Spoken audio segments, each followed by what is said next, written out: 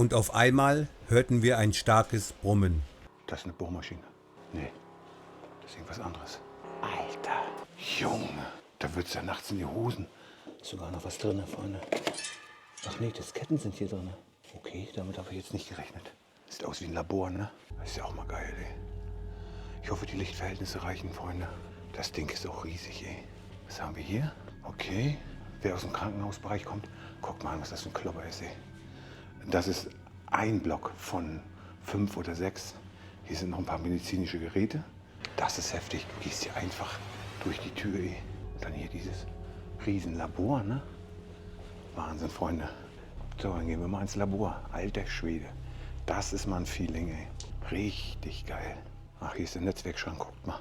Die Dimension hier, ne? Ich sehe schon da hinten noch. Du spazierst hier einfach rein. Guckt euch das mal an. Hier Labor. Es ist schon gigantisch, Freunde.